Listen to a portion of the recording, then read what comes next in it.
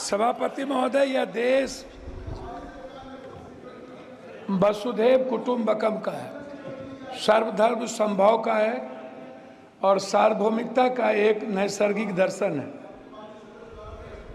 शिव की वो पंक्ति, आत्म मोक्षार्थम जगत हिताय च,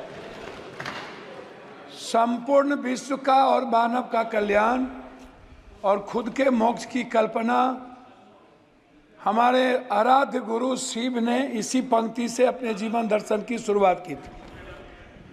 और यह जो देश है ना, ये आध्यात्मिकता पर है। ये कंप्लीट किसी धर्म या किसी मजहब पर आधारित देश नहीं है। ये मानवीय मूल्यों के लिए जाना जाता है।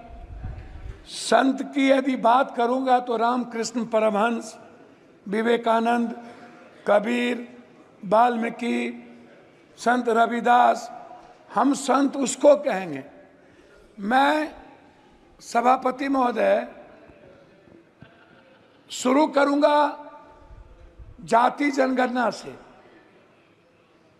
हमारी सरकार जब थी तो उन्होंने जाति जनगणना का निर्णय लिया और बिहार में जब जाति जनगणना की शुरुआत हुई, ललन बाबू नहीं है अभी, नहीं तो मैं उनको सुनाता, तो उनमें जो सर्वे आया 98% लोगों के पास लैपटॉप और कंप्यूटर नहीं है।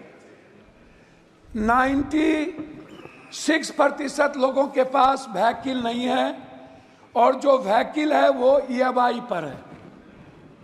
जो भी व्हीकल है, लगभग 86.2% लोगों के पास 1 बीघा से नीचे जमीन है, कट्ठे में है, धूर में है। 9.2% लोग हैं जिसके पास कुछ भी जमीन नहीं है। लगभग 78.7% लोग हैं जिनके पास फूस का घर है, टीन का घर है, भीत का घर है, उसके पास पक्का मकान नहीं है। ना रोजगार है, ना नौकरी है, ना खेत है। मजदूरी 280 रुपया, और वह भी 20 दिन से ज्यादा नहीं। कोरोना के समय मनमोहन सिंह जी के द्वारा लाए हुए जो मजदूरी एक्ट था उसको खत्म करके मजदूर के ताकत को कमजोर किया गया।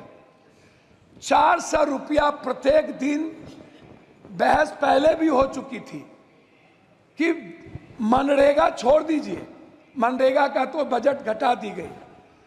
मेरा सवाल सीधा था कि प्रधानमंत्री जी आपके यशस्वी हैं, वर्ड इनको फॉलो करते हैं, तो फिर कांग्रेस चालीसा और नेहरू, इंदिरा और राहुल चालीसा बंद करिए ना और अपने प्रति ईमानदार बनिए ना।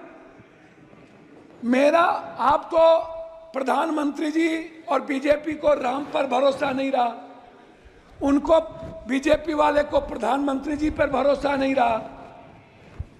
इन लोगों ने गठबंधन की राजनीति की और जब गठबंधन के राजनीति पर भी भरोसा नहीं रहा तो प्रधानमंत्री जी ने जेवर, भैंस, बैल से लेकर मुजरा तक की बात पूरे चुनाव में एक बार भी हिंदुस्तान के संविधान की, हिंदुस्तान के गरीबों की, वर्ल्ड के सबसे ज्यादा गरीब देश, पर कैपिटा इनकम 6000 रुपया, उससे ज्यादा हिंदुस्तान में लगभग 87% लोगों का जो IFA है वो है पर कैपिटा 6000।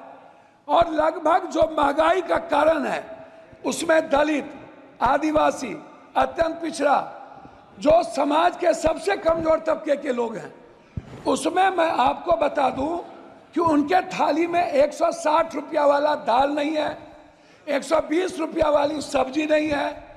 प्रधानमंत्री जी यदि इतने सशक्त हैं तो मैं यह जरूर जानना चाहूंगा कि 84 करोड़ लोगों को 5 किलो अरवा चावल आज भी टैक्स के पैसे से क्यों देना पड़ता है? मैं सर मुझे बोलने 7-8 मिनट 6 बार के मेरा रिक्वेस्ट है, मैं उस पर कहना चाहूंगा, मेरा रिक्वेस्ट है, जाति जनगणना पूरे देश में डबल इंजन की सरकार है। यदि आप ओबीसी से नफरत मत करिए, दलितों से आप दूर मत होइए। मेरा रिक्वेस्ट है, बिहार का विशेष राज किसी भी परिस्थिति में, जो आपने पहली बार गांधी मैदान में कही थी और आरा की सभा में कही थी कि हम बिहार को अपना बनाएंगे, मेरा है, और बिहार को हर परिस्थिति में विशेष राज्य का दर्जा देंगे और विशेष पैकेज देंगे मिथिला, कोसी, सीमांचल और मगध को, हाई डैम के लिए, वहां के मक्का और मखान पर आधारित किसान के लिए, उस इलाके से बाढ़ की मुक्ति के लिए, उस इलाके के इंफ्रास्ट्रक्चर के लिए। लेकिन अभी तक उस पर कोई चर्चा नहीं हुई। आंगनबाड़ी की बहनों की स्थिति आप देखिए, आप ममता की स्थिति देखिए। जी आपका सर, मैं वही पॉइंट पर तो बोल रहा हूँ सर, हमको 3 मिनट दीजिए सर। ममता, आशा, मैं वही कह रहा हूँ सर। रसोईया, सर पॉइंट वाइज बात कर रहा हूँ सर। मेरा आप कंक्लूड कीजिएगा सर, कंक्लूड 3 मिनट दीजिए ना सर, तब फिर बोल के क्या फायदा होगा। सर मेरा रिक्वेस्ट क्या है, मेरा रिक्वेस्ट है, आपका रिक्वेस्ट बताइए फाइनली कि बिहार में जो मैं आंगनबाड़ी की किसकी बात कर रहा हूं सर, एक भी जगह दलित और आदिवासी के में ओटीएफ नहीं है। आप चल के जांच कर लीजिए। जनरल योजना लगभग बर्बाद हो चुका है सर। स्मार्ट सर, मैं कंक्लूड बोल तो रहा हूं, स्मार्ट मीटर बिजली सर, 2 मिनट सर, 2 मिनट घड़ी देख लीजिए सर, 2 मिनट घड़ी देख लीजिए। स्मार्ट मीटर बिजली sir, 1 nation 1 education, 1 nation 1 health and 1 nation 1 sir, हमारी बात तो हो जाए सर। सहारा इंडिया के जो वर्कर, सहारा इंडिया के जो ग्राहक सर, उसका Thank you. Mr. Premchandran. Thank you, Mr. Chairman, sir, for affording me this opportunity to take part in